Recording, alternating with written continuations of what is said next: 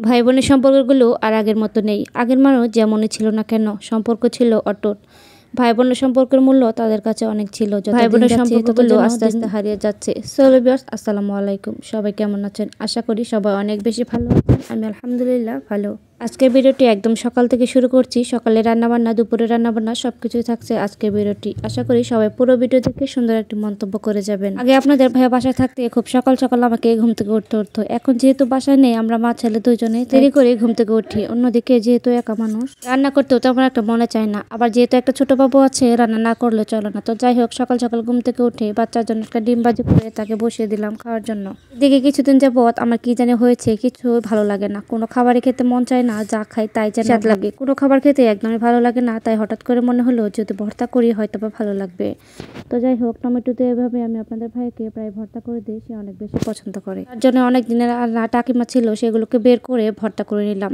যেহেতু ভর্তা দিয়ে দুইটা ভাত খাওয়া যায়। এদিকে মা ছেলে দুজনে সকালের খাবার খেয়ে ঘরে এসে ঘরগুলো পুরোটা পরিষ্কার করে তারপর বাচ্চাকে নিয়ে কিছুক্ষণ খেলা করছিলাম। যেহেতু শীতের সময় সকালে রান্নাবান্না শেষ না করতে দুপুরে রান্নাবান্নার সময় হয়ে যায়। তাই দুপুরে রান্নাবান্নার জন্য গরুর মাংস ছিল। সেদিন আগে গ্রামে বেড়াতে গিয়েছিলাম, আসার সময় আম্মু 1.5 কেজির মতো মাংস দিয়ে দিয়েছে। এগুলো থেকে আজকে কিছু মাংস রেখে ছোট ছোট করে কেটে ভাবছি ভুনা ভুনা করবো, একদম বর যেভাবে রান্না করে সেরকম। তাই ছোট ছোট করে মাংসগুলোকে কেটে সকালে আজকে রান্নাটা বসিয়ে দিয়েছি। যেহেতু মা ছেলে দুইজনে বাড়িতে রয়েছি, তো বারবার একবার সকালে দুপুরে রান্না করতে করতে সময় যেন চলে যায়। তাই আজকে সকালে রান্নাটা সেরে দুপুরে রান্নাটা সেরে নিয়েছি, যাতে অন্তত দুপুরে অনেকটা সময় থাকে। বাচ্চাকে খাইয়ে দেওয়া করার পর একটু তার সাথে সময় কাটানো যায়। যাই হোক, তার জন্য আমি মশলাগুলোকে আগে থেকে বেটে নিয়েছি। যেহেতু সামনে রমজান মাস এসে গেছে, একলাই এগুলো পারবো না। তাই সবকিছু বেটে আজকে গরুর মাংস রান্না করতে চলে আসলাম। প্রথমে সবকিছু মশলা আমি ভালোভাবে দিয়ে সেগুলোকে ভেজে তারপর পরিমাণ মতো পানি দিয়ে মশলাগুলো দিয়ে দিয়েছি। তারপর মশলাগুলো ভালোভাবে কষিয়ে আসার পর যেহেতু এই তেলগুলো পুড়ে উঠেছে, ঠিক তখনই আমি মাংসগুলোকে একে একে দিয়ে এগুলোকে আবার ভালোভাবে কষিয়ে নিয়েছি। অনেকটা ভালোভাবে কষানোর পর আমি পরিমাণ মতো ঝোলের পানি দিয়ে একদম একটু হালকা ঝোল রেখে মাংসটা নামিয়ে নিয়েছি।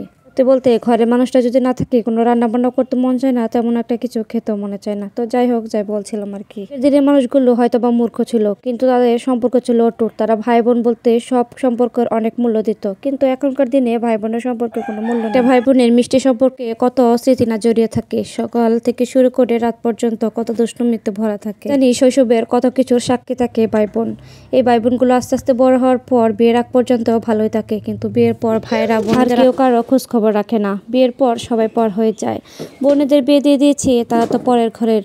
বোনেরা সবসময় চায় তার ভাইরা তার সাথে যোগাযোগ রাখুক, তাকে মনে রাখুক। কিন্তু এখনকার অনেক ভাইরা বিয়ের পর আর তার বোনকে মনে রাখে না।